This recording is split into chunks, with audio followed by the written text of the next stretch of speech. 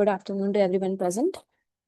So I would like to give a brief about the first day of the conference. That is, the first day of the 7th International Conference on Data Analytics and Management began with approximately 15 parallel sessions conducted in online mode, where researchers and academicians from various countries presented their latest research contributions in data analytics, artificial intelligence, machine learning, cybersecurity, cloud computing, intelligent systems, and related emerging technologies. These sessions provided an excellent platform for scholarly discussions, knowledge sharing, and international collaboration. Following the successful completion of the technical presentations, the conference transitioned into its hybrid mode, bringing together both on site participants at London Metropolitan University and virtual attendees from across the globe. The formal inauguration commenced with a welcome address highlighting the conference's mission of promoting innovation, interdisciplinary research, and global academic networking. The inaugural ceremony featured addresses from distinguished conference leaders, including Professor Bal Birdi, Dr. Ashish Khanna, Professor Karim Ouazane, Professor Chris Lane, and Professor Abhishek Swaroop. The official launch of the ICDAM 2026 conference proceedings was followed by memento and shawl presentations recognizing the efforts of conference organizers and dignitaries.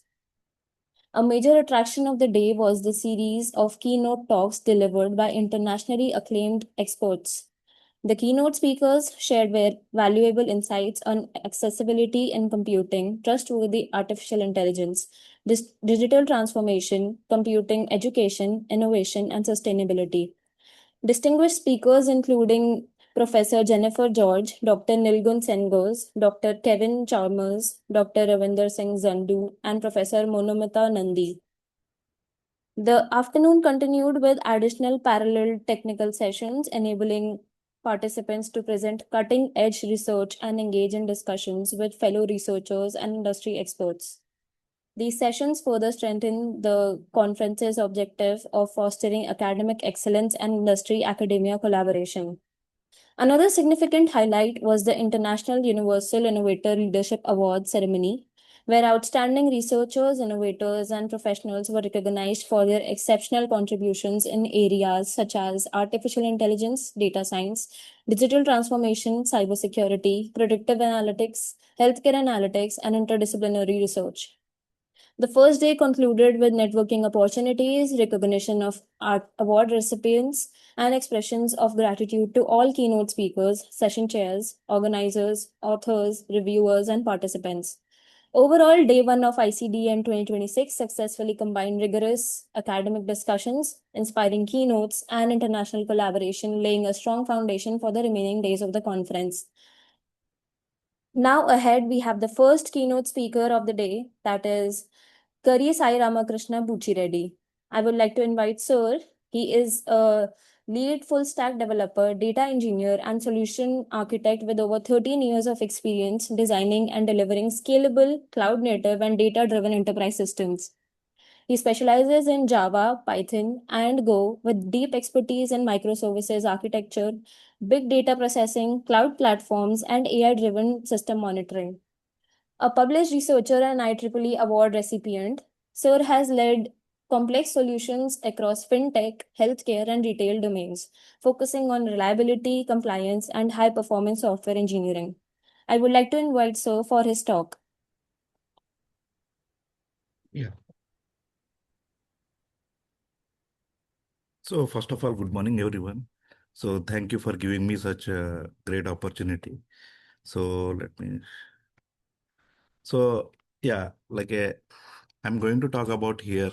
We are developing one of the product for the digital marketing. So basically, so when we here, mainly I'm talking about the cost efficiency optimization of the digital marketing using like a continuous feedback, and we are driven through this so what I'm going to talk in this one mainly, so this is the outline. So we are talking about the introduction, problem statement, current state, and the other all these points I'm going to cover. So let me start with the introduction. So here, like a digital market is like a creating a lot of images, so a lot of creatives, videos, other things for the advertisement. And basically the problem statement is that they are like a mainly creating based on unstructured like a random just prompt, giving some prompt and creating the images. But it will lead to be like a high competitive, high like a lack of control, inefficiency feedback. The image won't perform that great uh, as we get the feedback and improving the images or videos or whatever we are developing. So those are the main concern. So because of that, we developed this product. So the main concept of this product is to take the continuously feedback from various, like if you are posting to LinkedIn, so we'll have a LinkedIn APIs from where we will get the continuous feedback. Or if you are posting to Facebook, we will have a Facebook APIs and other open sources where we'll get the continuous feedback. And the main key difference between our solution and mm, and and the existing system is that basically they are like a republishing the same image and again, which is not performing. But here, what we are going to do, we are, if it is not performing well, so we will be analyzing the image and we'll coming up with a new image, and then we'll coming up a new video clip or something like that will be based on some of the factors which we will be I will cover it. And mainly it is a like a structural parameters we are giving as input. So based on that, it will create creates the creation. So and we are trying to reduce the computing energy because of if you are using too much computing energy, the cost is the one of the major factor. Today AI is not like a AI is successful, but the on the basis of the cost, it is not that great success. So currently, so now every company, so all the things are looking to reduce the cost. So that's where we are trying to achieve some of them. So basically, yeah, we went to various research. So from traditional to reinforce generative AI, and we come up our with our own approach where we are providing some structural data. Based on that, we are creating an image and we are taking a continuously feedback and improving our creation. It can be video, it can be anything for the advertisement. So where if you want to attract more customers, then you need to improve the continuously the images, the quality of the work what we are doing. So so here is the high level architecture what we are doing. So we are acquiring like a suppose if you are developing an anything where it has a specific audience price and like a reason where it is going to be performing, and then based on that we will be doing some normalization, like a what kind of audience it has, what kind of like those all the things we will be predicting, and based on that we will start creating the images. So we are using like a this way, like a continuously feedback. So it is like a if it is not performing well, we'll stop those image and we'll retire it. If it is performing good and if you want to improve some quality, we will amplify the image, some changes, and then we will redefine, so that it will performing the better in the score and all. And so, what we are basically uh, if the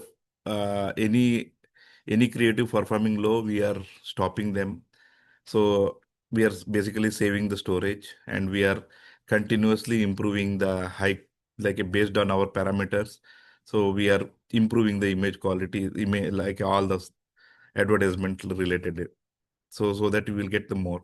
So we are also tracking the like a click through rate, so where how many people are viewing, how many people are clicking our ads. So those all the things we can track. So there are a lot of API, open APIs are available. With the help of that we can do that. And how many leads are converted into an opportunity. So the conversion rate and like a number of generatives we need to use to create an image. That's like all those things we will be doing it. So basically with this approach, what we are able to save, so 40 to 60% of the computing energy, where it is directly associated with the cost. The major cost for the AI is the computing. So if you are able to reduce that one, so that will be helpful. So we are giving like a structured data, and we are continuously improving the image, call it images or creatives, whatever we are doing. So that will help to engage more, means it's achievable, means we are able to do this. So uh, like a I want to summarize what we are able to do.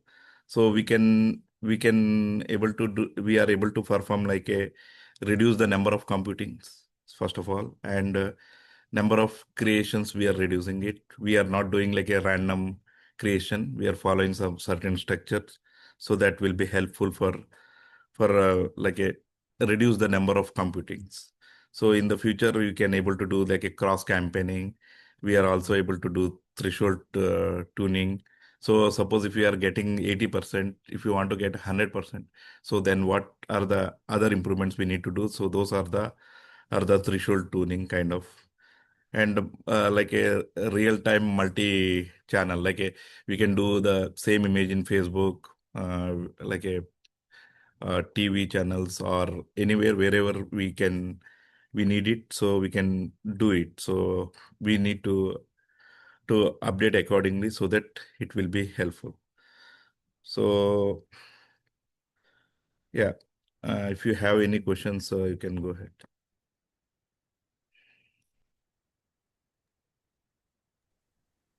If anybody has any questions, the chat section is open for everyone. You can Yeah, enter you can your ask the questions. question. If anyone have any question, they can put in the chat section. The topic is very relevant. So if anyone have any question, they can put in the chat section. Sir is in basically working in the industry, and they can really help if any of the person having their work in the current field.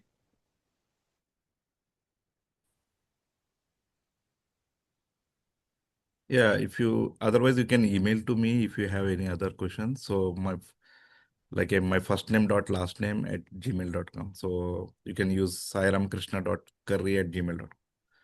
So that is my mail address. Yeah. Thank you, sir. Thank you. Thank you. Thank you, everyone. So if you don't have any questions. Yeah, thank you for giving me such opportunity. Yeah. Thank you, sir. So I'm stopping sharing.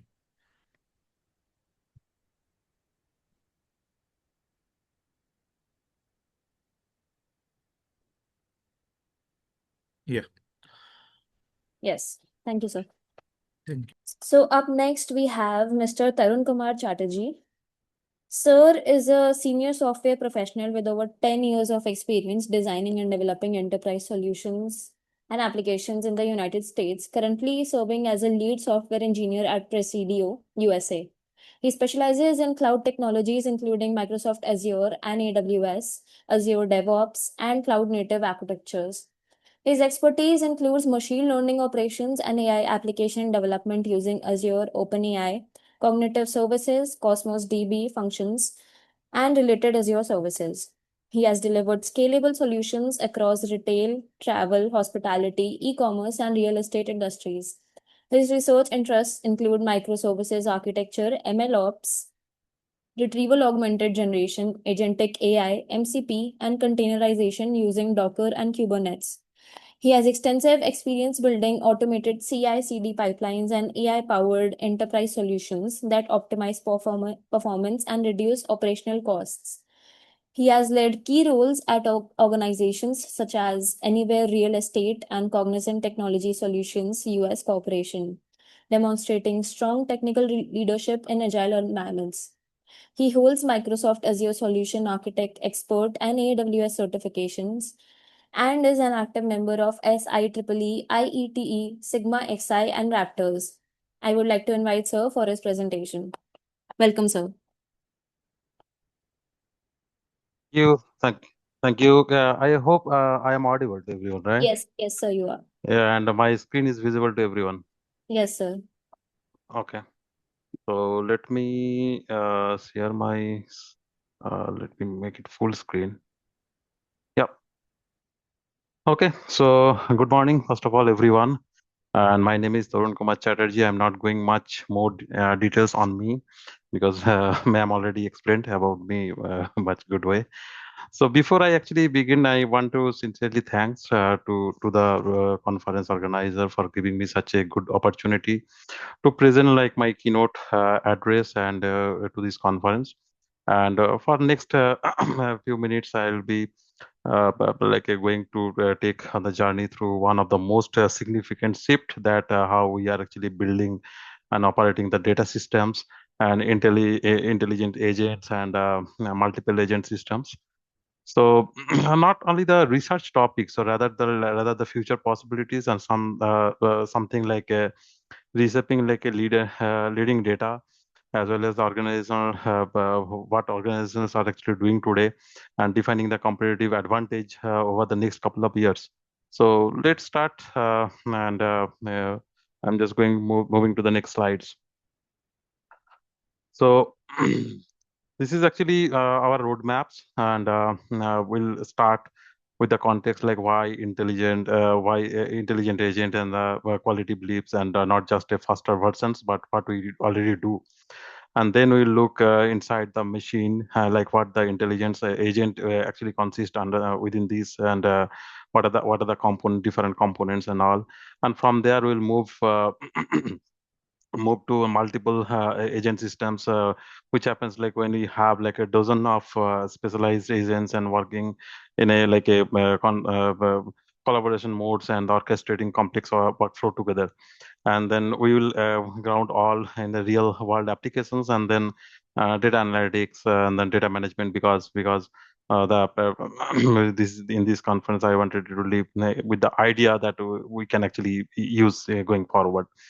And we'll then spend some time so for the honest conversations on the challenges and the risk, and then how the deploy responsibility, etc. And then we'll close where we are actually heading and what means specifically for your and wherever we are actually working. So let's begin. Okay. So here, let me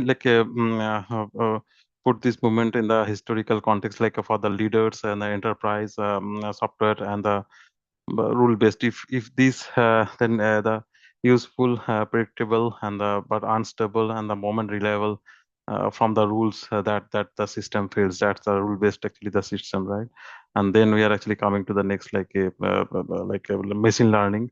So that machine learning is something like that we stopped writing actually the rules explicitly, and then started learning the patterns and the patterns on the data. So a big step forward, but the model was still static, and you trained it, deployed it, and then you like but it didn't actually adapt. And then come to the deep learning. So that is actually extended versions of like vision, speech, language. Then in some foundations model arrived like in 2020s, in LLMs. That could actually reasons across the domains, and then the quality quantitatives in the different way. And where right now where we are in today, and then in the next leaf of the intelligent systems, what makes the intelligent systems different, and then it is not like just a smart chatbot.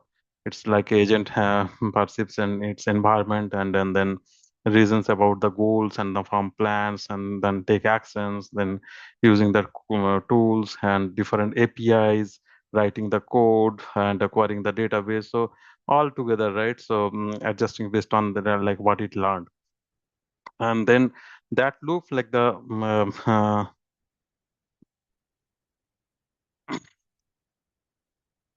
so that's a loop. The perceives and the reason and act and observe. So the critical difference between the LLM answers the questions and agent completes the project. So for data analytics, and the distinction is everything, because of the most of the high value works is not one of the questions but multi-step process needing the judgment.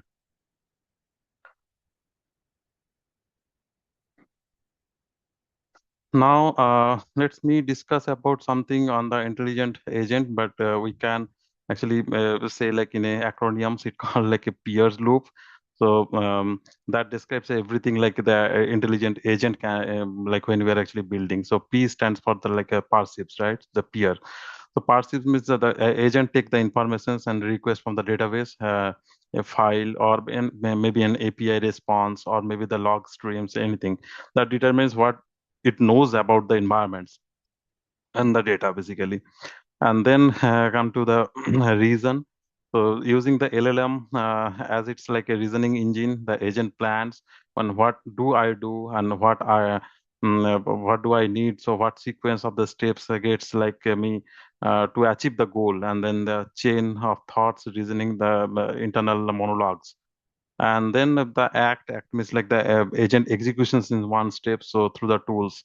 So the tools is basically the basic bridge between the like a reasoning and the real world. So running the SQL query, maybe the executing the scripts and the calling the API, writing the files, and sending the notifications based on some agent subtask, and everything we are actually doing.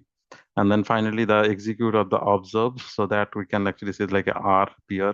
So after acting, like the agent can check the result. So did the query return that proper data? Did the script succeed? And then where is the error? The observation feedback into the perceives, and the loop continues. So underneath these loops, the critical infrastructure layer, so we have like a memory, right? So memory, which means there are three forms. One is like a short-term memory in current conversation context, and the long-term memory. So that may be like a vector database where like lets the agent recall the relevant informations for previous sessions and all. And then the episodic memory is a log of that agent, that action history. So it knows like what it is already tried. And then finally tools, and then tools is specifically the basic capability of agent can invoke the richer tool sets is more capable to the agent.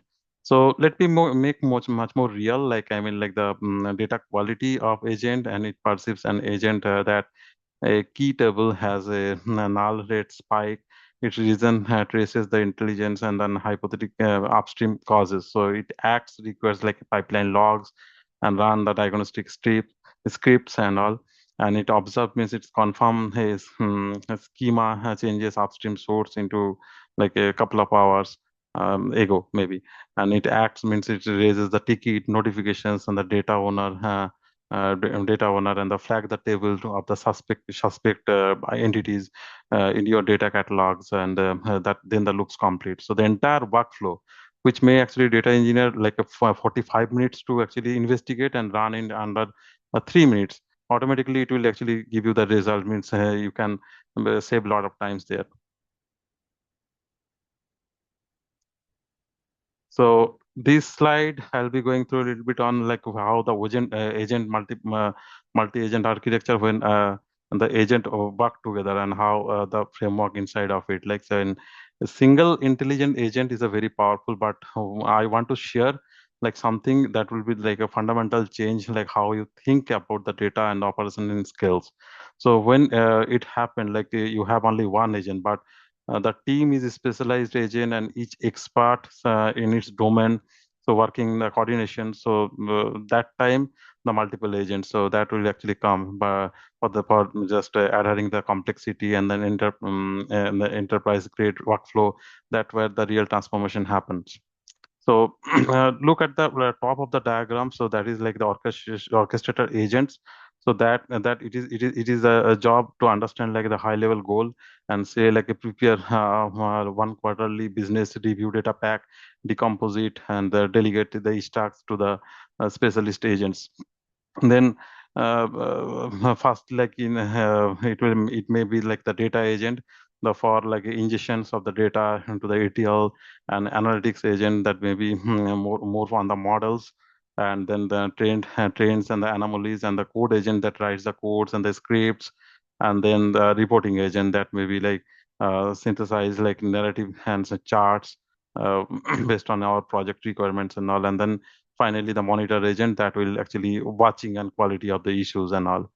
So this communication shares the output and analytics passes finding to the reporting, monitor flags of the issues to the orchestrator. Orchestrator pauses the pipelines, and a coordinator team is now isolated the components. So there are actually three patterns. One is like the hierarchical, and the top, like it is like a best predictable workflow.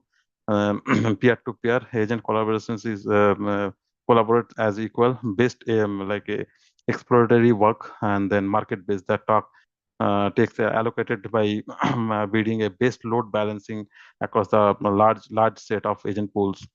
So why actually it does matter? Like two words, one is like a parallelism and another is like the specializations. So when code runs, the pipelines and the analytics is already like preparing a model, and while reporting drafts the narrative and monitors the scans, anomalies.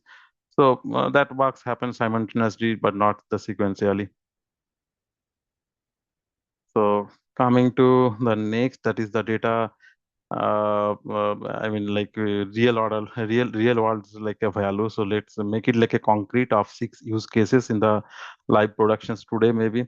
So that one is like autonomous data pipelines. So the agent monitor the ETL 24/7, and when the schema change, like that are kind of example, like when the schema change that breaks the downstream tables and other database entities, and the agent detects it, and then it traces and the cause it could trace and then apply the fix, rerun the job, and then logs everything. So meantime to repair. So I mean, like it can take hours to minute. Actually, it means that could be as time savings. And the second could be like AI driven analytics copilots. So a business user, not maybe like the scientist or the like we can ask that question, like why did you conversion rate like a drop 15% last week? So that may be the question. Then agent queries the data warehouse and the correlates the marketing spend, and then check the session the pattern like this, and the build the chart and write the plain English explanations, and in a minute, I mean, say this end will be that can submit a ticket and wait like 3 days models of the data analytics. And then the automated and data quality, that is also the another parameters that continuously monitoring agent to scan the rate spike, the distribution shifts, and then referral integrity failures and duplicate records, right? So not weekly, not daily, but in the real time. And critically, that do not just the alert, they trace the lineage, identify the root cause of the issue, and often fix it also. And then the industry challenge is another part.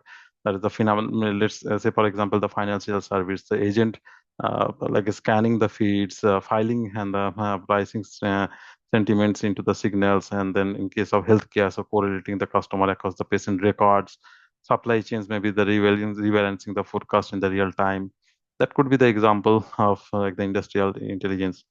And then the knowledge management, that is another key aspect. So every enterprise like has a knowledge, the outdated documentations and institutional knowledge locked in emails and reports like that nobody knows that what it exists, right? So agent continuously index and organize your knowledge and on the data, and building the live graph that is always like a current and then always like a searchable. And then sixth, that is like a collaboration decision support. That is also another key aspect, that multiple agent can take the differential analytics perspective on the same strategic questions. So a conservative agent, a optimistic agent, a risk agent. And they debate like surface blind spots and synthesize the recommendations for execute for the team. So what may be the common across all the six? These are like the high volume and the multi steps and the maybe the cognitive intensive workflow that required like the significant human time, right? And the keyword is like required. I mean, like that's what meant here. Also, the point is like how easily we can actually fix all those issues and finding those analytics. So this is actually the data, some real life data. I mean, so first is like the 70% that I show it in here in the screen, and this reduction of manual pipelines, intervention from the early agent deployment, and 7 and 10. I mean, 7 out of 10 fixes that are needed a human. Now it could happen like automatically. So that is like actually big win. And then the 10 times, I mean, like the speed of the analytics report generations, that is also another part. Like a full day of work now takes under like an hour and often in minutes. And then eligibility of 5%. So the data quality detection accuracy for like automated monitoring and exceeding the experience data supervisor. And then the 40%, so that reductions of operation cost per data task.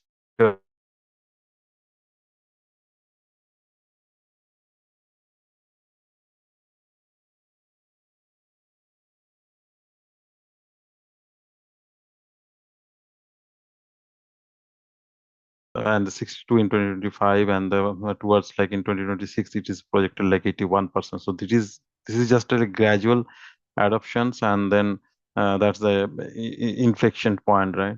And then organizations are actually piloting now that are building an edge that we are like a hard to replicate in next couple of years.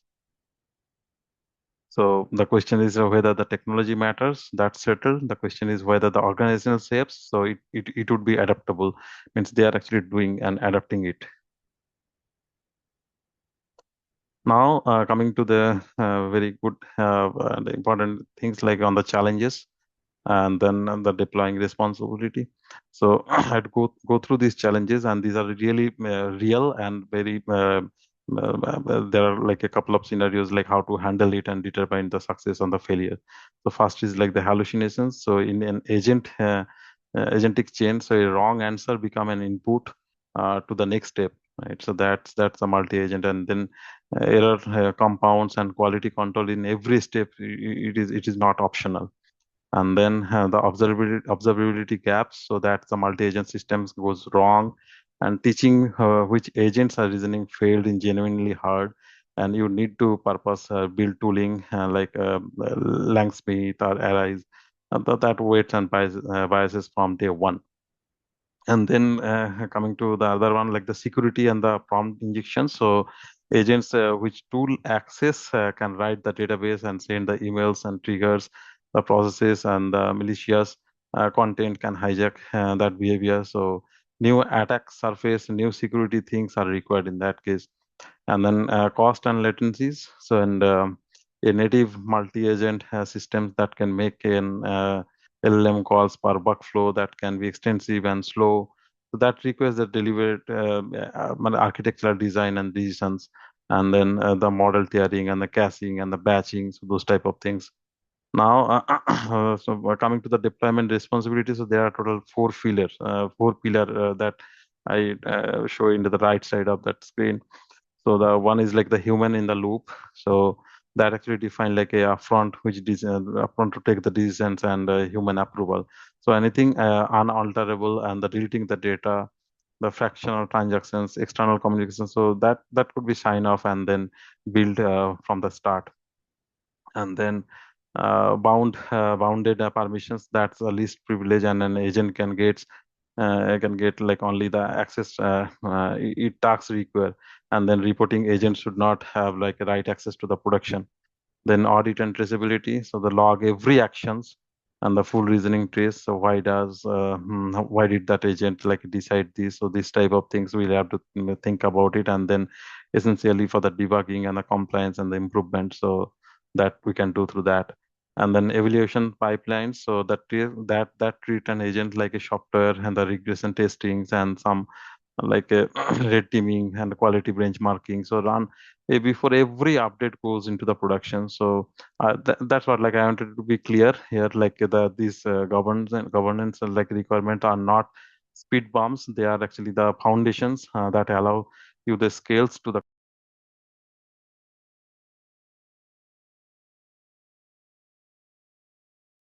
Hear me? Can you hear me? Yes, sir. Okay. So that's what and then that's what I was actually meaning to that say that these are like the couple of governance framework that are right. Okay. Yeah, important. Now let me move to the next slides, like how the future road ahead and the near terms, maybe the midterm and the horizons. So like next 12 months, what could be the approach, like the specialized data agent move from pilot to the productions at most of the large enterprise, and the co-pilot style like analytic tools become the standard of W or the Power BI. So the LangGraph, Crawl AI. So that's and the similar type of the framework are now mature enough to be in the production grade. And then next 1 to 3 years, that may be the self-improving the pipelines and the optimized based on the performance, observable performance. So those things can be considered, and then autonomous governance agents are handling the compliance continuously across organizational agent network. So that procurement, so like agent negotiating directly with the supplier in inventory agents. And then next in 3 to 5 years, that horizon, so that the agent native enterprise, so human detecting and leaving the agent rather executing the tasks manually. So BI performs like a rebuild from the ground up. And now the regularity framework and fundamental different skills profile of the data professional. So now the question is whether like the agent will transform the data analytics, that actually settle down, and then question is whether the organizations lead to transform that or responded to it.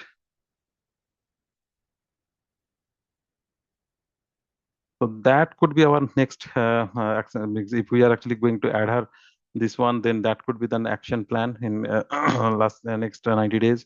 So first one would be like first 30 days. The one thing's like audit your most repetitive and the painful workflow, and then pick one of the like a high value and the medium complexity type of issues, and not the hardest the problem, not the easiest also. One where the success is visible, like a failure is also recoverable. So from small cross-functional team, someone who knows like the business process, someone who knows the data, and someone who can actually build. And then next 31 to 60 days, like build a single agent proof of concepts, and again against the use case, an instrument like the observability, and before writing any agent logic. And then logs, trace, and the evaluation metrics, that those are also pretty much important here. So defining what working looks like, and before you build, and measuring against it. And then next in the 61 to 90 days, that action item could be like you now you like on the right the add complexity right, and so you can add the complexity and build the orchestration layer and specialty of the agents and specialist agents, and define the escalations policies and human review checkpoints, and document everything. So your second use case will actually deploy half of the time actually. So this cycle is repeatable. So run this cycle maybe couple of times, and you will be then getting like a very mature agent capability, and then governance framework, that institutional knowledge, and that genuinely hard to replicate quickly. So the most important variable here is the technology, and it's like the decision to start. The learning from the one real pilot, even like even like an imperfect one, that is more worth than in 6 months evaluation from or from a committee review as well.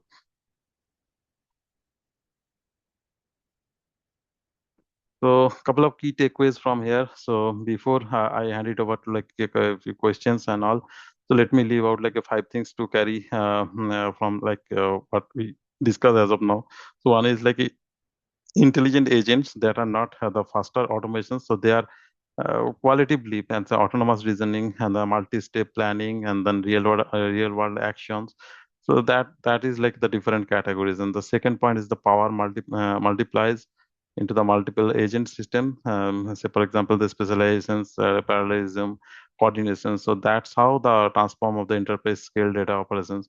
And then number 3 is the ROI is a real and the documented. The 70% of your manual fixes, 10 times of faster reporting, and from production deployment, no lab experiments. And 4 is like responsible deployment is not the optional. So governance and the observability, human oversights built in from day one, and then organizations can get the right scale. So this one that doesn't face actually like expensive rebuilds. So and then last like the if you can start now, the compound advantage would be like for early movers is a significant, and your first pilot teaches like things nothing else but we can be. So we are just like in the we can say that genuinely in the rare moment, like one of these inflation points where a new class of technology meets the problem domain perfectly suited for it. So the data analytics and the management are the domain, and intelligent agents are that of the technologies. So here are the couple of the reference that if anyone you are interested, that where I actually took the number that I actually cited in the last slide. So that adoptions curve, the productivity figures that consist of recent research that McKinsey and PwC and the ISG and others all are listed here. So with links available, you would like to dig into that methodology. I would like only to flag one thing, that specific number that in talks that are illustrative and then rounded for the clarity. So and directionally consistent with the with these reports. So not direct quote or from a single one. If you want like a precise figure, then the source can be the best of the starting point. So yeah, thank you. That's all, and thank you for your attention. And I am happy to take the questions now. If I know like the time is very short, but if you think like any questions afterwards, so feel free to reach out to me later on. So my LinkedIn ID is there. I'll be happy to connect also in this later as well. Thank you, and yeah, if you have any questions. Thank you, sir, for your valuable insights. If anybody has any question, you can write in the chat section for sir.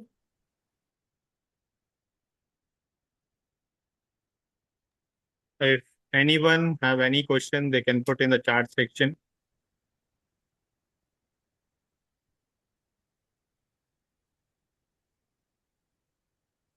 Thank you, sir. Thank you.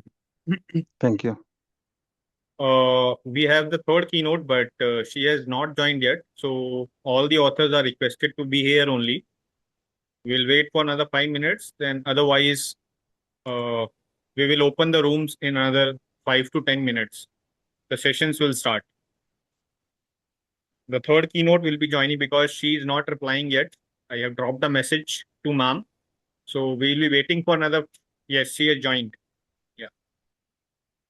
So we have the third keynote, and after this, we'll be opening the rooms for the sessions. Lippy, she has joined. Yeah. Tarun sir, you can stop sharing.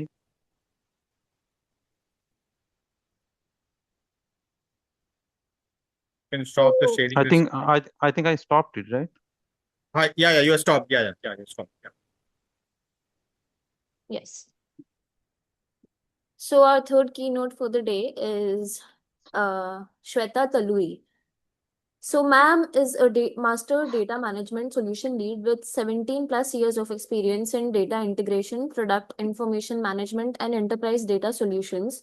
Currently working as a product information management specialist at AAFES.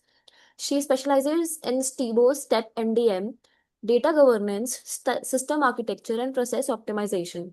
She has extensive experience working with global organizations such as Adidas, Walmart, Target, Tesco, and Bed Bath and Beyond, delivering scalable data management solutions and leading cross-functional teams. Her technical expertise includes TiVo Step, Informatica Power Center, Data Stage, MicroStrategy, JavaScript, Oracle, SQL Server, and XSOL. She holds an MBA from Annamalai University and a BTech from VIT University. She is passionate about driving data consistency improving business processes, and delivering impactful data-driven solutions. I would like to welcome ma'am to the conference, and please begin with your presentation, ma'am. Welcome. Thank you. Thank you for such a great introduction. And I'm delighted to be part of this conversation here and to speak and for this opportunity here. Yes, ma'am. Welcome, ma'am. Let me go ahead and share the presentation here.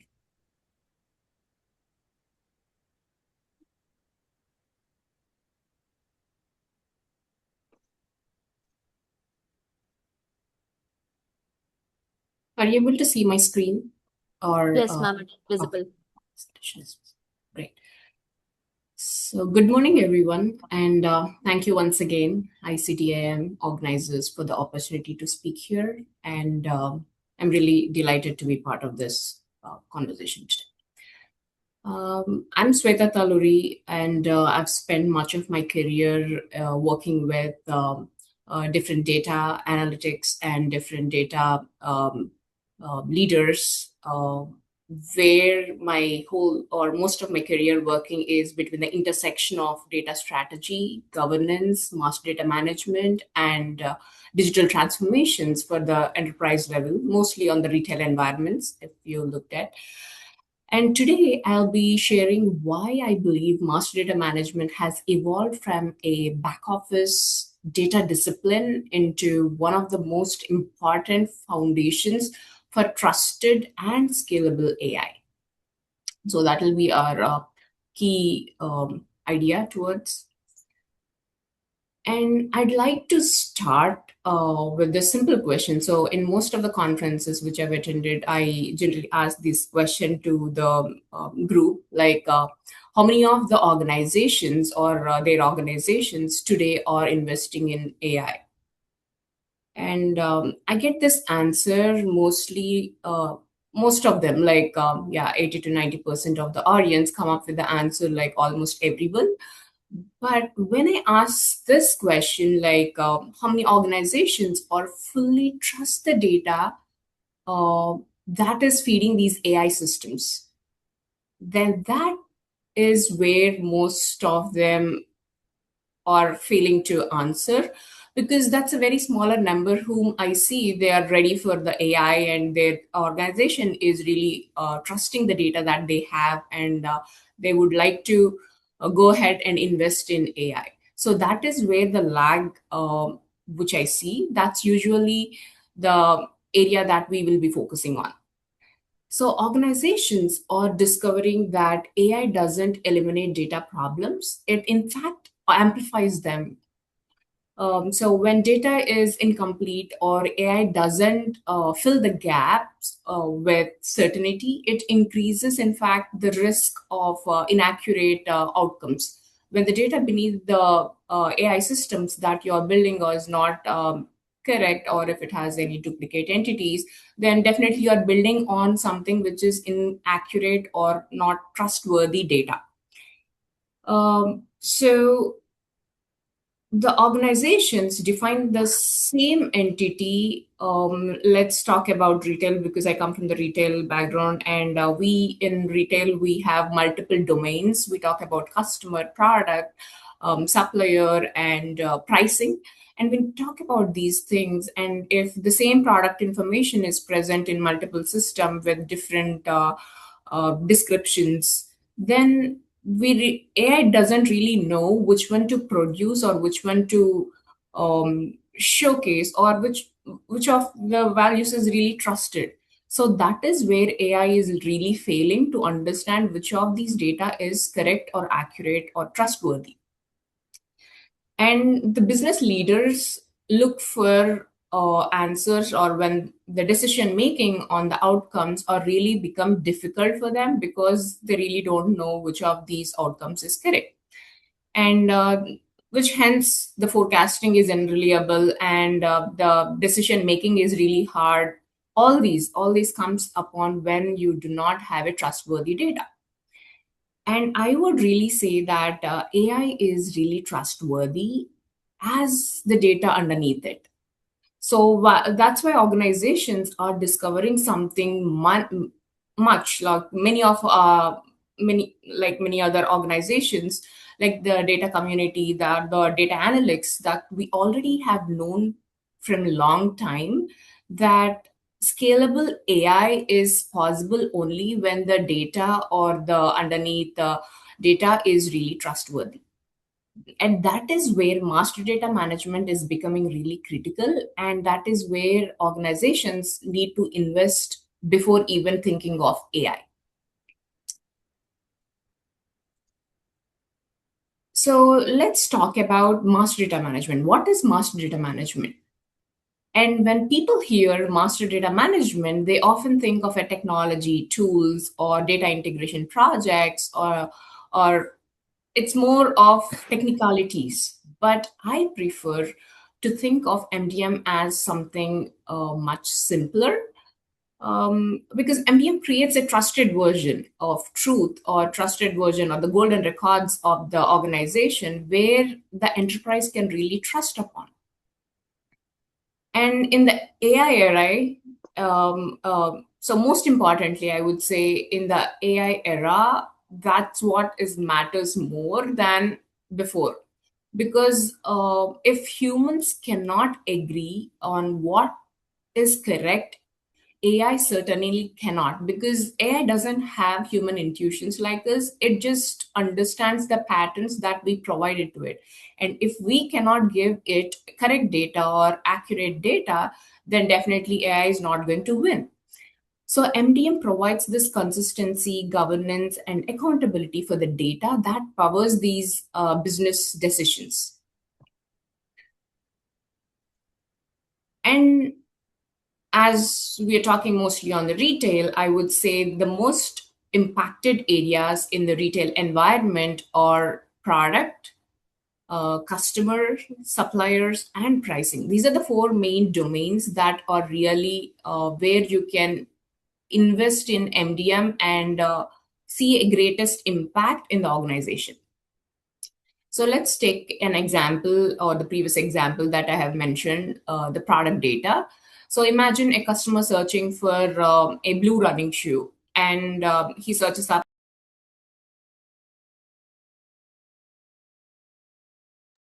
Ma'am, you're muted. You are on mute, ma'am.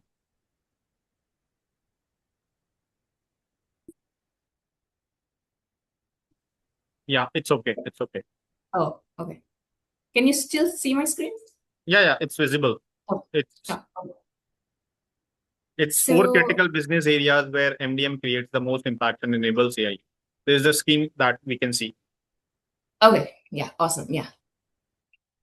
Yeah, we're talking about the four critical business areas, and these are mainly the product, customer, supplier, and pricing data.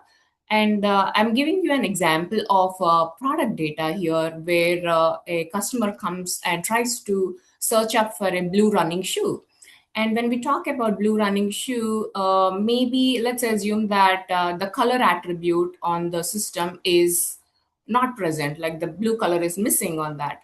So when you try to search up for that product, you cannot find it. The AI will not be able to retrieve that blue running shoe for you because the blue color is missing on that item. And then that is where master data management comes into picture, making sure even if its product data is really trusted. If it is not, then it would really clean up and making sure that the all the attribution, all the governance rules comes into place and make sure that the whole product information is intact. So when you search up for this blue running shoe, you will be able to retrieve it when through AI. And in case of not able to retrieve, then it's a loss of revenue, it's loss of business to the organization. End of the day, it impacts the overall company. And let's talk about the customer data, and which we deal this day to day. I would say, like being we are very much doing online purchasing these days, and also we go to in-store as well. And if your identities are not, or if the systems are not able to match your identity, like when you purchase a product online versus when you purchase a product in store, and if the system treats you as two different customers, then the personalization will be really tough. because you might earn some points and it'll be distributed across the persons because it's treating as two different customers. So it all comes back to the point like whether the data beneath it is clean or not. If it is not, then it is going to impact an overall customer experience as well, and which when customer is not happy, then you are losing the business. So let's me give an example for the supplier as well. The same applies for the supplier. When you have multiple records for the same supplier, then it'll be really chaos for the supplier to be maintained. And when you try to take out the results, like who is my highly impacted supplier, then you'll not be able to get the outcome. So these are the examples which I'm trying to say where when the data is not clear, it impacts the overall organization's revenue, as well as it's going to be tough for the business leaders to make the decisions, or the report generation will be really hard upon.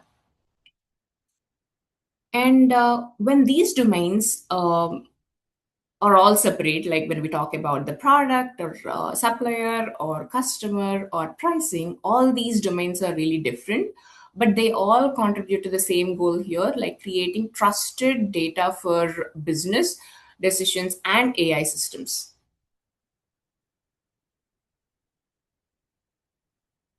And why trusted AI starts with master data. And this is the central message of today's presentation. So trusted AI starts with trusted data. So when much data is governed, accurate, and consistent, AI models learn from better information and generate more reliable and trustworthy outcomes. So this becomes especially important as organizations move from AI experimentation to enterprise level adoption. So today, many organizations are really implementing in internal AIs or Gen AIs we talk about, and to support the employees or business processes. Like employees today have many questions like who is our highest performing supplier, or which product generates the highest margin, or the customer segment, which of the customer segments is really growing fast, all these questions, right? So the expectation is that AI will provide fast and accurate answers, but if the underlying data is inconsistent or if it's duplicate or incomplete, I would say AI would definitely going to give you the wrong answers instead of giving whatever is expected. This challenge becomes even more complex with approaches that we are going towards, like the RAG models. Like the RAG improves AI responses by grounding them in enterprise data and knowledge sources. So, but if the source contains poor quality master data, then I don't think AI will be able to retrieve, or even if it retrieves, it's going to retrieve very ineffective data, and which we cannot build reports upon or give it to the business leaders where they can make decisions, or the outcomes will be really bad. So, organizations are also increasingly being asked to explain how this AI decisions were made, like how is this data coming from, and where did this answer come from, or which source system is this being used, or can this data really be trusted? These are the questions that organizations are really going or tracing back towards.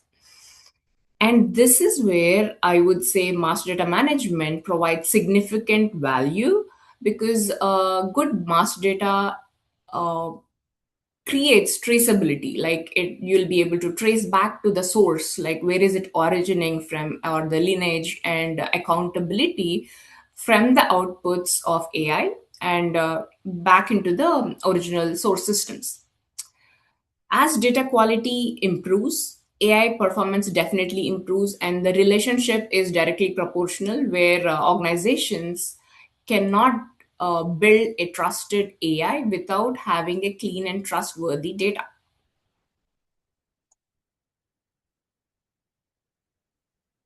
And coming to the implementation, so let's assume that organizations are now really understanding, or the company really understood why we need a MDM before even we talk about AI.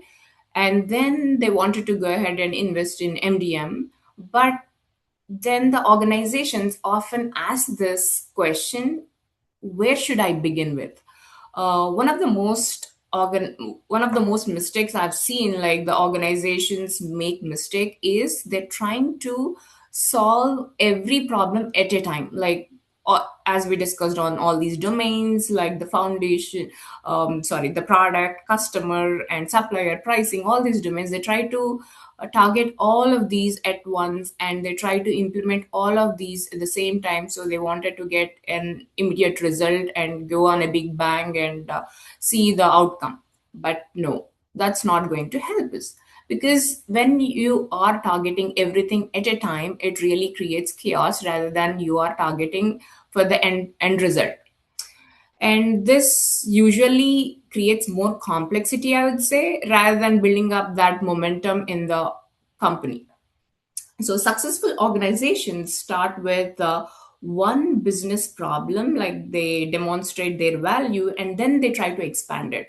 Like they target for the products. Okay, let's target for the product and try to understand our product or clean up on the product data, and then try to implement for the product. And then once it is all built and stabilized, and then you move on to the customer or supplier or pricing, wherever is your next target. So that is the phased approach you should be going towards. Instead of going in a big bang, we should always we should always educate or go towards in a phased approaches for the organizations that are really trying to implement the MDM. As I told, my recommendation would really be on the start with small and scale deliberately, and begin with a simple domain, which is really easy to win, and then establish the governance and demonstrate their values, and then expand it to the remaining domains there. Over time, I would say organizations move from this foundational data quality improvements, and they would be going towards enabling enterprise scale AI initiatives. So once you have laid this groundwork, then organizations will start moving towards the AI initiatives. And the journey is going to be really incremental. You'll see the results, like in each phase you try to finish, or when you try to implement these in each of these domains, as you conquer these, but this phased approach is going to deliver you a measurable business value.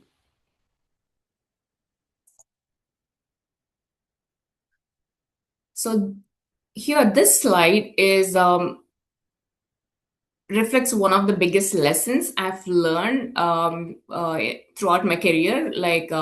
So when organizations begin MDM or digital transformation or data transformation initiatives, the assumption is often that the biggest challenge will be technical problems, but I would say no.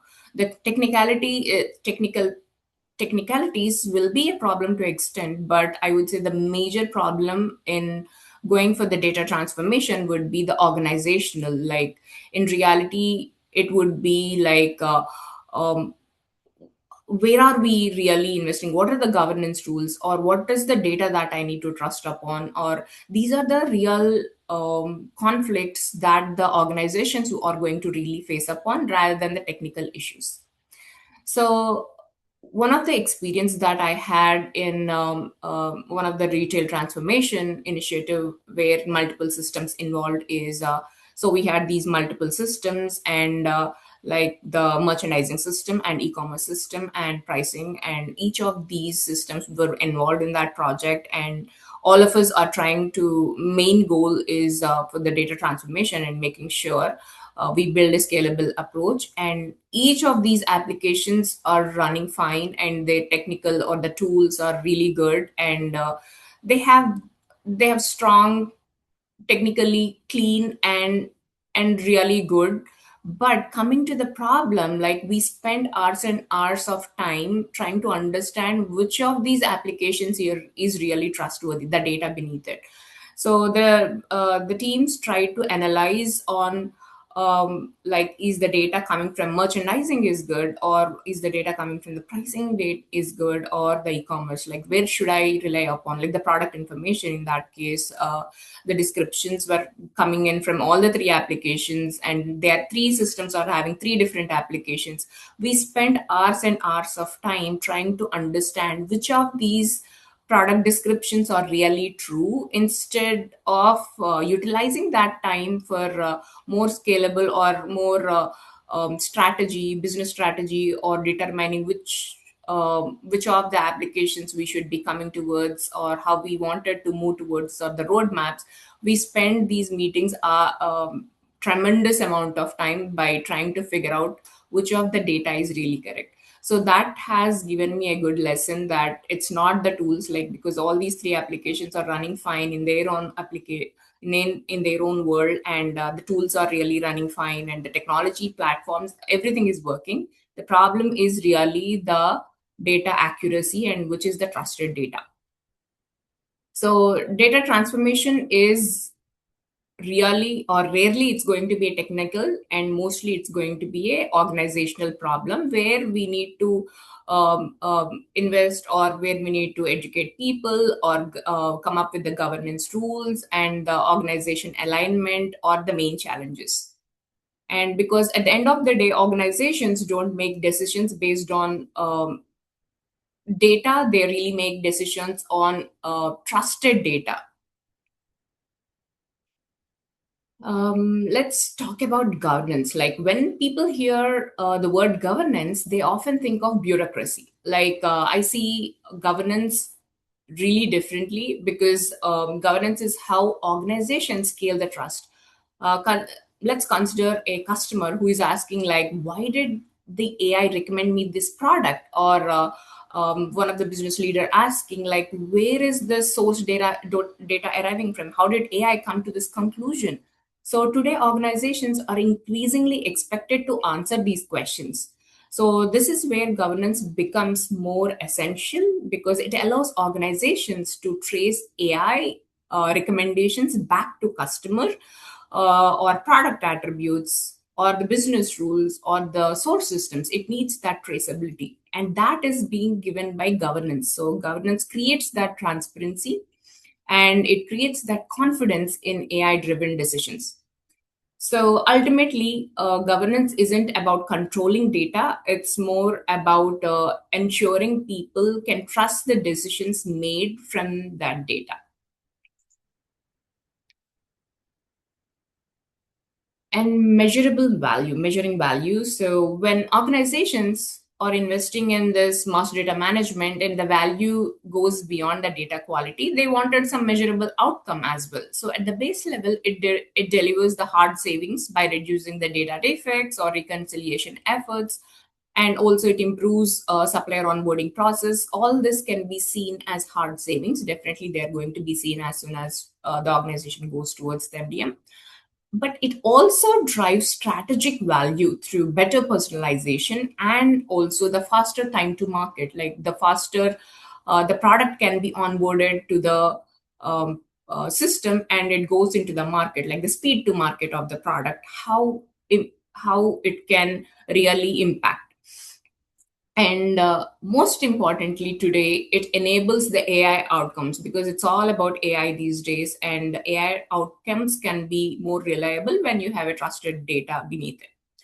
So, and eventually, this will result in faster AI deployments, and improved recommendations or accuracy, or business decisions can be much easier, and it will overall, MDM will be the key enabler of operational efficiency, and business agility, and scalable AI adoption.